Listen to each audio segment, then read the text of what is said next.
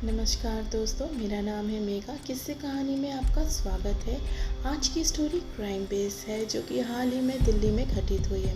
चलिए घटना के बारे में विस्तार से जानते हैं। दिल्ली के आर के पुरम में हुए महेश कुमार मर्डर केस में कई चौंकाने वाले खुलासे हुए हैं। उसकी दोस्त अनीस ने ही उसकी हत्या की थी, लेकिन इस वारदात को अंजाम देने की क्या वजह थी और कैसे कातिल ने इस खौफनाक घटना को अंजाम दिया, चलिए जानते हैं विस्तार से।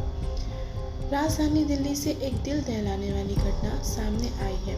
इसमें सरोजनी नगर स्थित survey of India defence officer complex के सीनियर सर्वेयर महेश कुमार की हत्या कर शव को सरकारी फ्लैट के आंगन में जमीन में गाड़ दिया गया।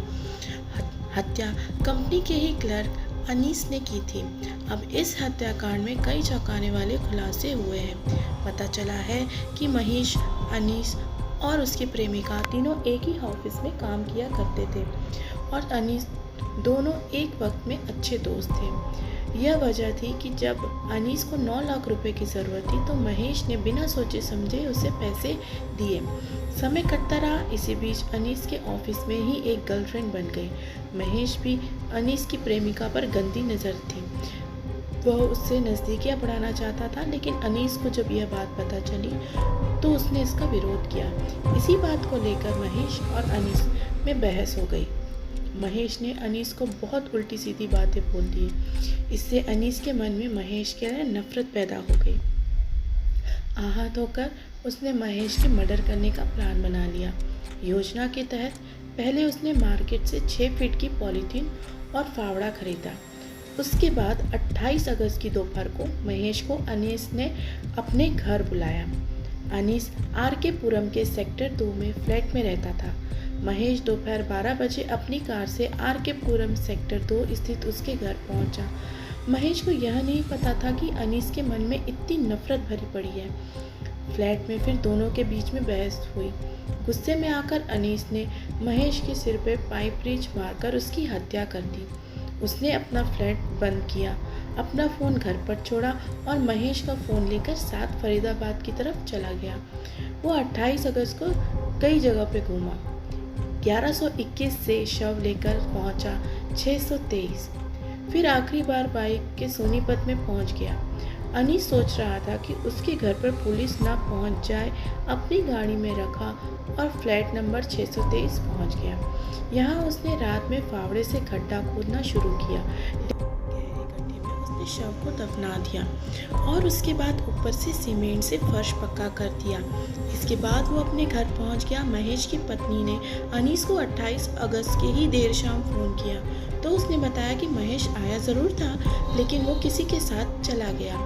अनीस ने भी यह बात बताई कि वो अपनी कार यहीं छोड़कर गया है। ऐसा उसने इसलिए किया ताकि पुलिस को उस पर शक ना हो।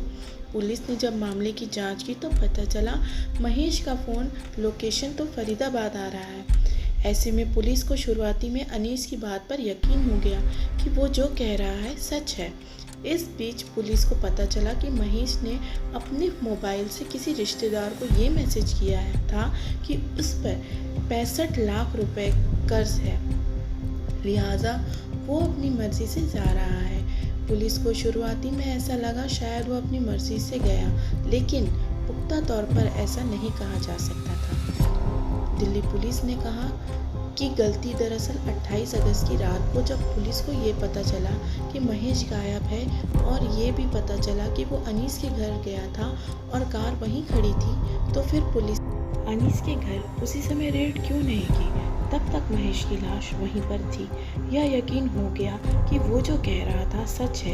इस बीच पुलिस को पता चला कि महेश ने अपने मोबाइल से किसी रिश्तेदार को ये मैसेज किया था कि उस पर 65 लाख रुपए कर्ज है, लिहाजा वो अपनी मर्जी से जा रहा है। पुलिस को शुरुआत में ऐसा लगा शायद वो अपनी मर्जी से गया, लेकिन पुख्ता तौर पर यह नहीं कहा जा सकता।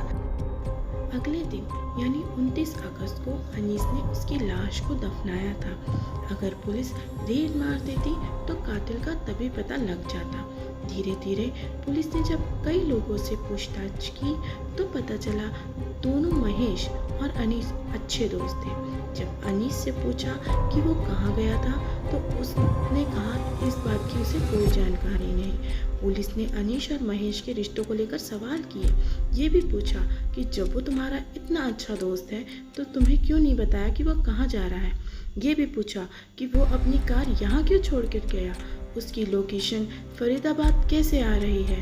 आखिर पुलिस ने बैंक अकाउंट चेक किए तो पता चला कि महेश ने उसे 9 लाख रुपए दे रखे हैं। जब उसे सख्ती से पूछा तो उसने सच बताया। अनीस ने अपना जुर्म कबूल किया। पुलिस ने उसे अरेस्ट किया और 2 सितंबर को शव बरामद कर लिया। धन्यवाद। आशा करती हूँ आपको यह स्टोरी पसंद आई हो। क्राइम की और ऐसी स्टोरी जानने के लिए मेरे चैनल को लाइक एंड सब्सक्राइब ज़रूर करें और कमेंट में बताएं कि आप किस टाइप की और स्टोरी सुनना पसंद करते हैं। तब तक के लिए नमस्कार।